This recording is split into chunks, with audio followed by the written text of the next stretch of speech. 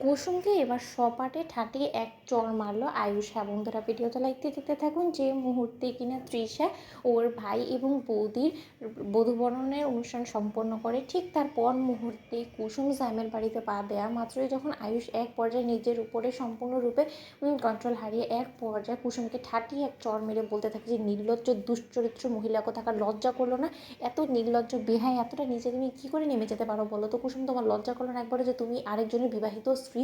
সেই কথাটা তোমার মাথায় থাকলো না যখন কিনা তুমি স্যামের হাত থেকে সিঁথিতে সিঁদুর পড়ছিল? বলো তো তুমি এতটা বেলেলে এবং এতটা বেহায়া কবে থেকে হয়ে গেলে বলো তো? আমি কোথায় কিনা লজ্জায় নিজের মধ্যে অপরাধ বোধে ভুগছিলাম যে আমি দিনের পর দিন তোমার সঙ্গে মিথ্যাচার করে চলেছি, আমি দিনের পর দিন তোমাকে ঠকিয়ে চলেছি, এই পাপ আমি কি করে রীতিমতো প্রায়শ্চিত্ত করবো এই পাপের, এই সমস্ত কিছু ভাবছিলাম। সেখানে কিনা তুমি এরকম করে আমাকে ধোকা দিলে। তোমার একবারও বিবেকে বাঁধলো না যে তুমি তোমার ভালোবাসার মানুষটাকে ধোকা দিয়ে তুমি আরেকজনের হাত ধরতে চললে?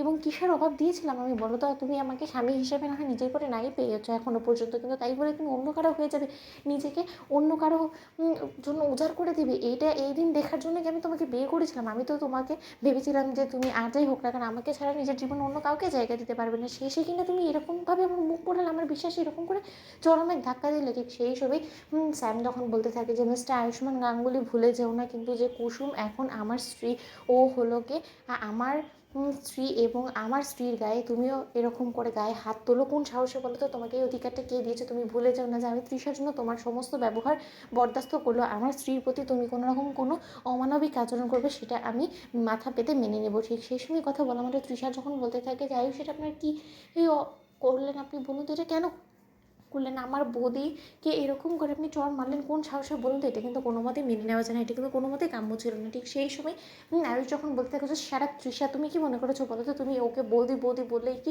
ও তোমার দাদার বউ হয়ে গেল বলো তো? এটা কোনো মতে হতে পারে না। তার কারণ তুমি ভুলে গেলে চলবে না যে কুসুমের সঙ্গে কিন্তু এখনও পর্যন্ত আমার বিয়েটা চলমান, এবং একটা বিয়ে চলমান থাকা সত্ত্বে অন্য কারো হাত ধরে একজন মেয়ে বা একজন ছেলে চলে যেতে পারেন না। ঠিক সেই সময় কুসুম তখন বলতে থাকে যে সেটাই যদি সত্য হয়ে থাকে তাহলে যে ছোটো সাহেব এবার আমাকেও হিসেব টানতে হয়, হিসেব কষতে হয় যে আপনি কেন দিনের পর দিন আমার সঙ্গে মিথ্যাচার করে, আমাকে ঠকিয়ে, আমাকে লুকোচুরি করে, আমাকে অন্ধকারে রেখে আপনি তৃষার সঙ্গে চুটিয়ে প্রেম করে বেড়াচ্ছিলেন রাতের পর রাত, দিনের পর দিন আপনি তৃষার পাশে বসেছিলেন, তৃষার সঙ্গে চুটিয়ে প্রেম করে বেরিয়েছেন, তাহলে এটার নাম আমি কী দেবো? পরক্রিয়া? ঠিক সেই সময় আয়ুষ যখন বলতে থাকে যে কুসুম, তুমি কিন্তু বড্ড বেশি বাড়াবাড়ি করে ফেলছো, এই স্যাম তোমাকে উস্কে দিয়েছে আমার বিরুদ্ধে, তাই না? আমি তোমার সমস্ত অন্যায়গুলো ভুলে যাবো কুসুম, কিন্তু প্লিজ তুমি কোনো মতে আমার সঙ্গে ফিরে চলো, আমরা আলাদা কোথাও গিয়ে আমরা শান্তিতে সংসার করবো, যেখানে কিনা এই স্যাম এবং তৃষা আমাদের পেছনেও করতে পারবে না। ঠিক সেই সময় কুসুম বলতে থাকে সেটা যে কোনো মতেই সম্ভব না, যে ভুল আপনি করে ফেলেছেন সেটা আর কোনো মতেই মোছা যায় না। তো বন্ধুরা, লাইক এবং শেয়ার করে সাবস্ক্রাইব করুন।